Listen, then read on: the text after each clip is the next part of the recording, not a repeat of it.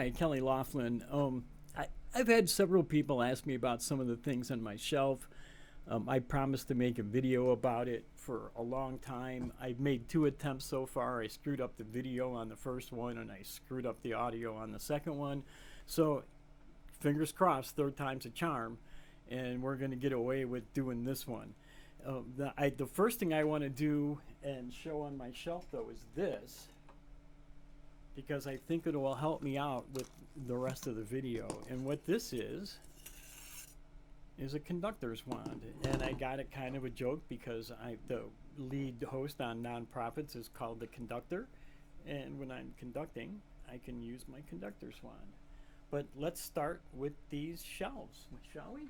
This right here is a piece of polished and broken vert antique. It's a green marble. This particular material came from one of the only two working gold mines that ever made money in the Upper Peninsula of Michigan. This came from the Ropes Gold Mine. The other one was called the Michigan Mine.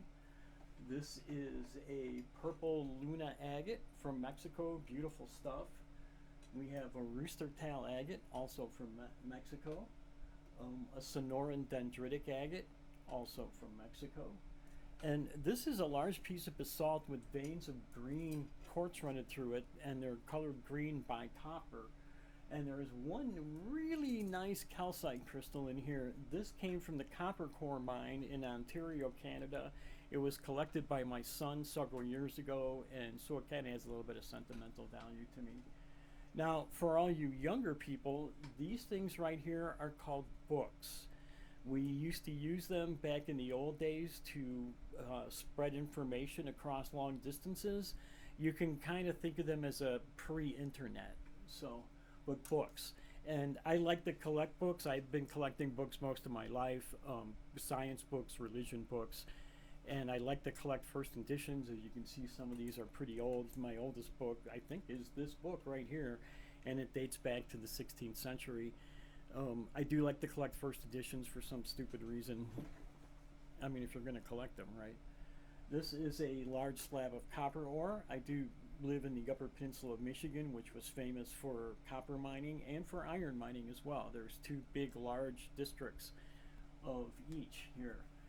This is a large piece of galena, lead ore, with pyrite, with iron sulfide, and galena is lead sulfide, and some calcite on it. And this came from the Tri-State District, mining district, Missouri, Kansas, Nebraska. I'm drawing a blank here. Sometimes both my brain cells get stuck together. But a lot of this mining was done back in the old days. These sulfides were really bad for the environment. The sulfur carried the heavy metals into the soil and into the water, and it created an environmental disaster, honestly. It's still being cleaned up today. So, and yes, that is a prayer candle. It was given to me by my son as a joke, and, why not keep it there?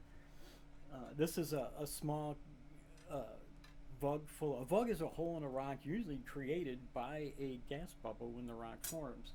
But this is a small vug in the rock that's full of quartz crystals, one of which is a scepter. We'll get into scepter crystals later. And I found that in a gold mine in Colorado many, many years ago. So there's also another quartz cluster that I found. This one at the the Cliff Mine, no, the Curry Mine here in Norway, Michigan. And I have a big plate of Druzy amethyst that also came from my hometown of Norway, Michigan. And going back to here, as I said, this was a big iron district, iron mining district. I live in the iron area. The copper area was about an hour and a half north of me. This is a large chunk of iron ore. It has Druzy crystals of hematite across most of it. Druzy just means they're very, very small crystals, and they usually come in like a sheet across the rock. This is a piece of tiger eye, a piece of bloodstone, a piece of something that has fallen down, piece of jasper, and a piece of stromatolite. It's a fossil stromatolite that's been agatized. Oh, I see what fell down. This is a rock. I have no idea what it is. It's beautiful. I have never polished it. I got it because I wanted to polish it and make it into gemstones. but I never did because I never found out what it was. If somebody is out there and has seen this before, is familiar with it, please let me know. This is the only piece of it I have. It's just a small slab. I acquired it when I bought a collection from somebody. So, and the person who had the collection had passed on. I actually bought it from their relatives. So, stromatolites. I was on that. Blue-green algae. It was one of the first forms of life on Earth, and we believe it's responsible for putting the oxygen in the air. This is a geode from Zacatecas, Mexico. It's an unusual one. Geodes are fairly common from there. This one has little aragonite UFOs inside of it, what looks like little flying saucers. So very unusual. I've only seen 2 of them in my life. I've seen hundreds of Zacatecas geodes. The only two with that little aragonite this in it. We have another geode here. This one is full of tiny amethyst crystals, Jersey amethyst, and there's a few little scepters in there as well. We'll get the scepters. Here we have a piece of rose quartz that was given to me by a close friend when I was on Dead Tour many years ago. I think a lot of people know I used to be a deadhead and hippie. So, and then next to that we have a bunch of copper specimens from the copper mining area. This one's kind of cool. It was formed between sheets of shale, and it's just a little thin piece. It's copper foil, natural copper foil. We have some specimens calcite specimens from the iron districts.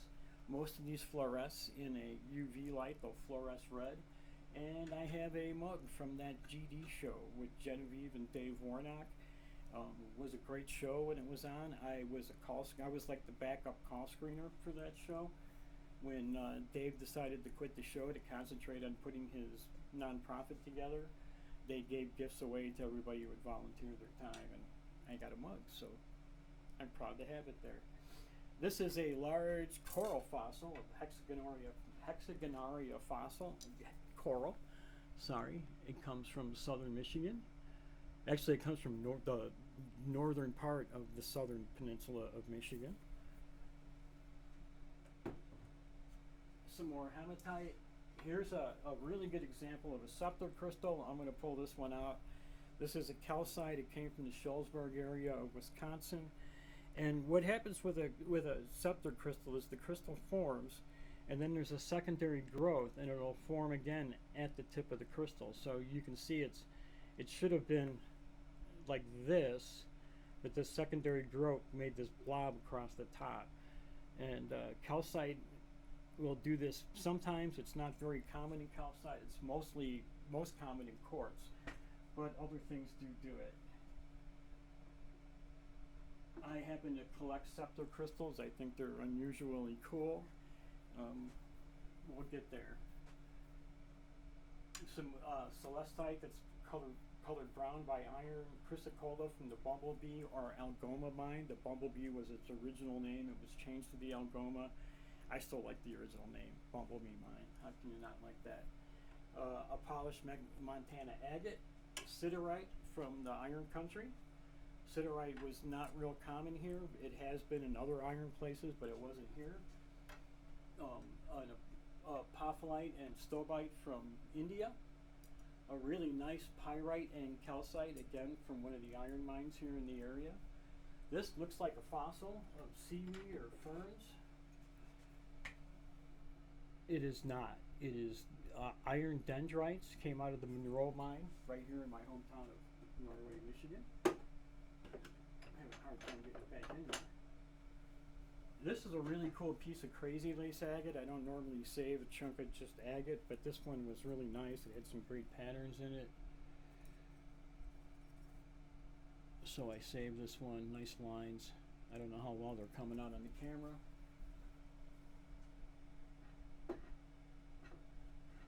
A couple of years ago, my son and I bought a bunch of selenite desert roses from Mexico. This was in the box full of them. I decided to keep this one for myself because it just reminded me of something. I have had several offers to buy it from me. Everybody wants it. I have no idea why. This is lizard stone. Nice piece. It's actually a type of serpentine. And the Krampus. Yes, the Krampus. Krampus was given to me by a good friend of mine down in Memphis, Tennessee. Petrified wood, Brazilian agate, another petrified wood of a different type, and another Brazilian agate. Here we have a couple of calcite clusters. I don't know where they're from. I acquired them separately. They are both obviously from the same location. I don't know what that location is, which is why they're in here in my office and not out for sale in the store.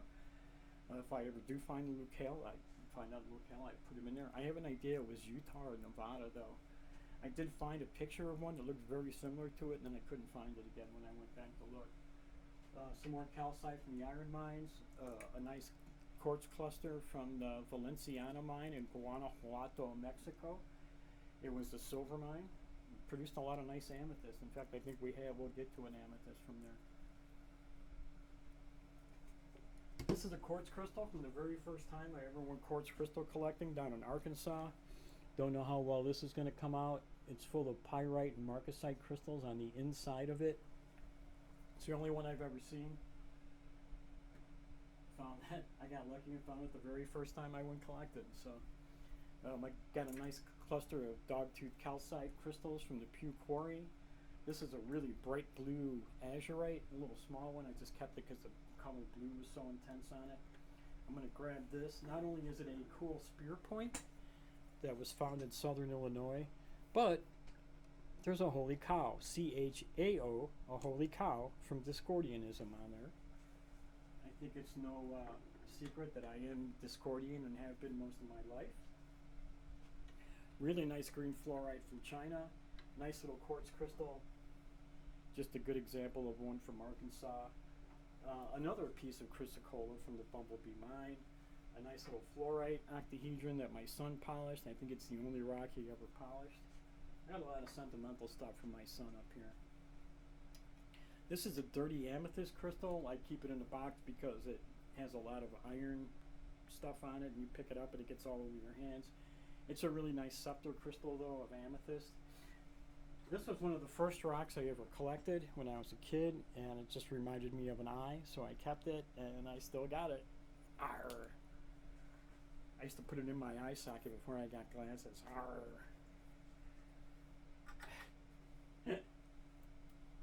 This is a really nice botryoidal pyrite. Botryoidal means bubbly. You can see how bubbly the pyrite is formed on that. That again came out of one of the iron mines up here. A couple of spheres, one of calcite, one of a greenstone. It's a sedimentary greenstone. It's not a gemstone, it's just a rock. Got a wristband from the atheist community of Austin. You may have heard of them. And a little geode filled with amethyst. I got another big Zacatecas geode here. And it also has the aragonite UFOs in it. Remember I said I only ever seen two? This is the other one. This is the second one. Unfortunately, I only have half of this one. Is it going to stay? Sometimes I pick these things up and I can't get them back into the stand right. Really nice piece of agate good thing it was a rock. A really nice piece of agate from the Republic mine in Republic, Michigan. It was an iron mine. It looks a lot like Crazy Lace.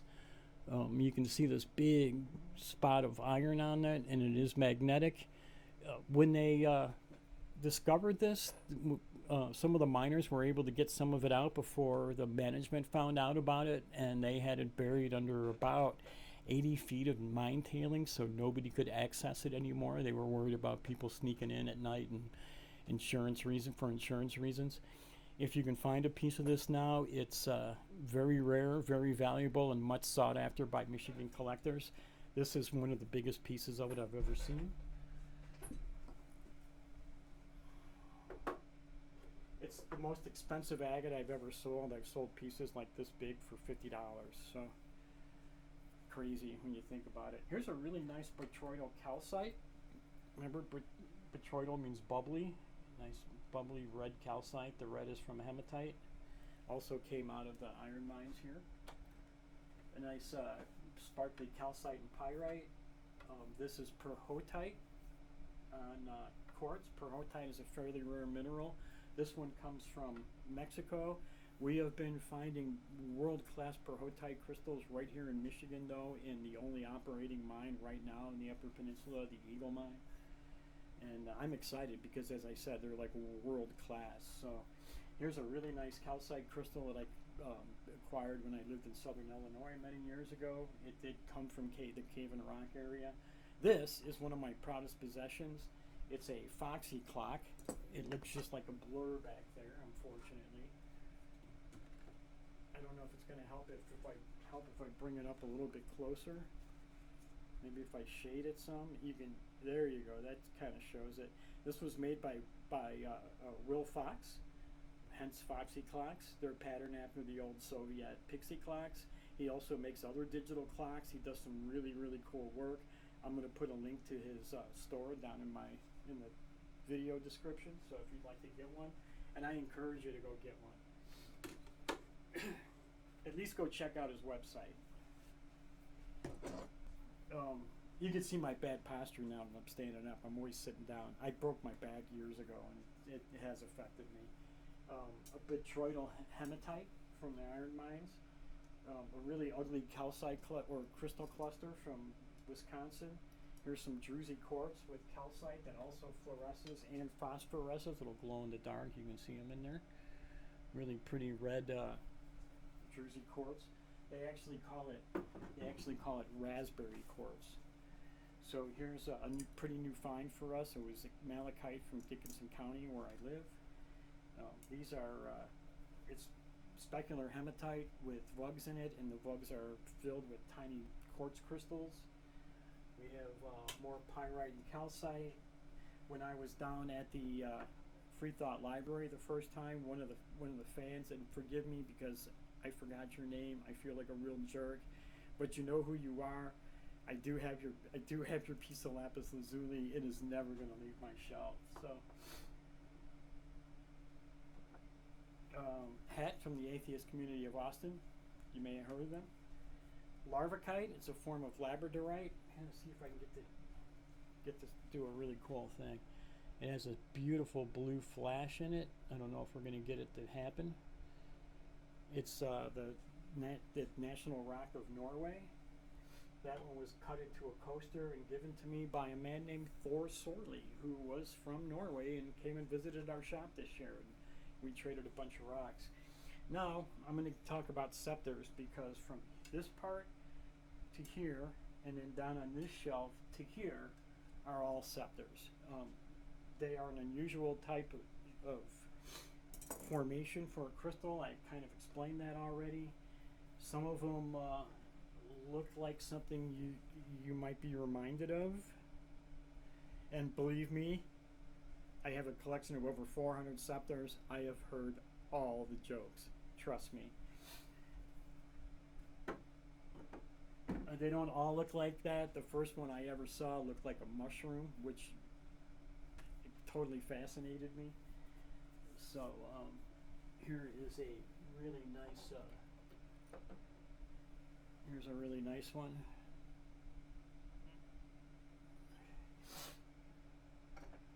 And like I say, they don't all look like that. That one totally does not look like a piece of the human anatomy. And if your piece of human anatomy does look like that, please go see a doctor. Okay, going on. Danburite crystals from Charcas, Mexico. The largest danburite crystals ever found were found there in Charcas. Some of them were up to 12 inches long. We have some more botryoidal hematite, a vanadinite cluster, a huge chunk of pyrite marcasite from the Shullsburg area of Wisconsin, a Canadian hat. I'm not in Canada, although a lot of people think I am. I am close to Canada, though. I'm in the Upper Peninsula of Michigan. This is a rare manganese oxide, meodosite, from near here. We have a lot of rare minerals in the UP. They're found in other places in the world, but there just happens to be a pretty good concentration of rare ones here. More botryoidal hematite from one of the. I got a lot of different pieces from all the different mines. So, sand calcite from South Dakota. This is a really cool prehnite after laumantite. Laumantite is a zeolite. It's a water-based mineral. It usually forms like in sticks. As you can see here, hopefully there's a lot of stick formations here. And the prehnite formed over the lomatite. Then the lomatite dissolved and just left the prehnite sticks. And they're actually not sticks, they're actually straws, because the lomatite on the inside dissolved away, so they're actually hollow. Which I think is the cool part, is that they're just like a bunch of little tiny drinking straws. A really nice fluorescent calcite, again from one of the iron mines. This is willemite and calcite from the Franklin mine, Franklin, New Jersey. That's well known for fluorescence. In a shortwave UV light, this thing just popped bright green and bright red. So it doesn't look like much sitting there on the shelf, though. A really nice zeolite from India. This is a fossil that my son and I found when he was about 5 years old. We were walking along the river by my house, and we found that, didn't have any tools, walked back to my house, got tools, went back and extracted it, and yeah, had it ever since. This is a mug that we use them to drink coffee or other things. I often use a mug. You'll often see me using a mug when I'm doing nonprofits or Truth Wanted. I usually use this mug, but I have on occasion used the Kelly mug. This is a cluster of aquamarine crystals, actually really large ones. They're covered in druzy quartz. Are they gemmy on the inside there? I don't know. I can't tell. Again, I have no idea where this came from, so I don't have it out in the store because I don't like to sell things without having a locale on them. These are Berendo agates, or it's a Berendo agate that was cut in half and polished. Really super pretty purple agate, lots of banding, just a really nice piece. Here we have some chrysocolla from Arizona. And then we have galena quartz from Peru, got a little bit of pyrite on it. This is cerussite, which is a lead mineral on galena, another lead mineral. This one comes from Morocco. Some more Indian zeolites. Some garnet from Montana. A card from a fan that sent me some ties, telling me how awesome I was. I must have them diluted. Fooled them really good. Some mica, smithsonite, caviar agate from Nevada. Some really cool piece of copper. Somebody cut it, and when they cut it, you could actually see like the crystal, for the lines of the crystal formation on the inside of it. I thought that was cool, so I kept it. Wolfenite, youngite, recent find of calcite here in Dickinson County. Mazon Creek fossil from Illinois. Just a plain gray rock. It's actually oil shale from Colorado, from near Rifle, Colorado. It's the only rock that I know of that will actually start on fire. I remember hearing a story of one of the first homesteaders in the area building a cabin, and he built his fireplace out of the rock that he found laying around. And the first time he built a fire in it, he burned his cabin down because the fireplace started on fire. There's your amethyst from the Guanajuato mine. It's a little light color, but there it is. Some selenite, some other selenite, some other selenite, some other selenite, some other selenite. We have a suite of selenites from different places around the country. An opalized wood. It petrified as opal. And then some more chrysocolla. This one from Mexico, Sonora Valley, Mexico. Can we even see that? I'm not even sure we can, huh? I'm not even sure. It's the microphone stand that's in the way.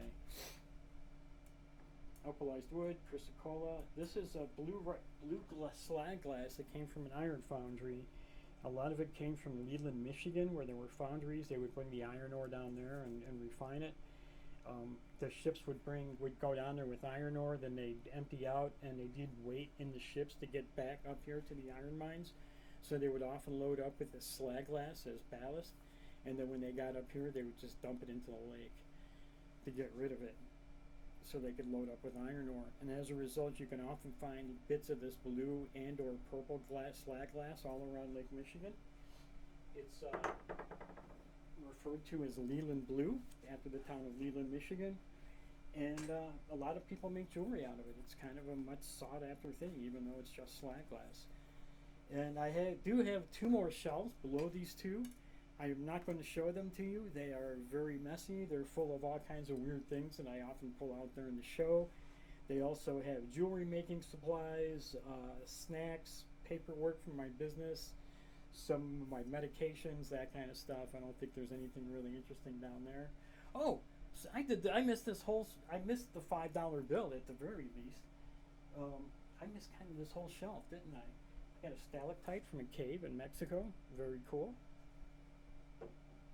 Piece of feldspar from the Franklin Mine in New Jersey. This does not fluoresce, but this piece I actually collected myself. Again, sentimental value. This is a very nice hematite cluster, one of the best ones I've ever seen. Definitely the best one I've ever owned. This came from Switzerland. I wish I could say it came from here, but it didn't. This is a $5 bill. You may have seen these before, but this particular $5 bill I wrote on, "Dear Jesus, please take this and use it to help feed the poor." I have been told that Jesus can go anywhere he wants. So, I did let him know it was here. He could pick it up anytime he'd like and go buy lunch for a homeless person. A little collection of amethysts from around the place. This is a quartz cluster I collected in Arkansas. Some blue boulder opal from Australia. I forgot the name of Australia for a minute. And another amethyst from Minnesota. So I think that takes care. No, it sure doesn't, because we didn't do this shelf. The nadenite. A fossil of a bivalve from Texas, given to me by a very good friend. Thanks, Josie. Some dendritic agate from Wyoming. Luna agate from Mexico. My Dan rock. Tom Benson once told everybody to watch Nonprofits and look for the rock with Dan's face on it on my shelves. When he told everybody that, he was guest host on Talk Heathen at the time. I did not have a rock with Dan's face on it. I do now. It will never leave there. The mango, I just put it there because I had faith. I hope you all know the bigotry duck, apophyllite, jasperized dinosaur bone, another scepter crystal, and last but not least, I paint miniatures for D&D. There's an earth elemental. There's a thief. I got a little wizard here too. I got 3 thieves. They all look pretty much the same. And there's my little wizard. I'm not great at painting these things, but I'm not shabby either. So, and I think that covers all the shelves now. So, if you stuck through this whole thing, thanks. I know I'm not the easiest person to listen to for a while, so thanks a lot again. And if there's something you have any questions about or would like to know more about, please just leave a comment below. Thanks, everyone.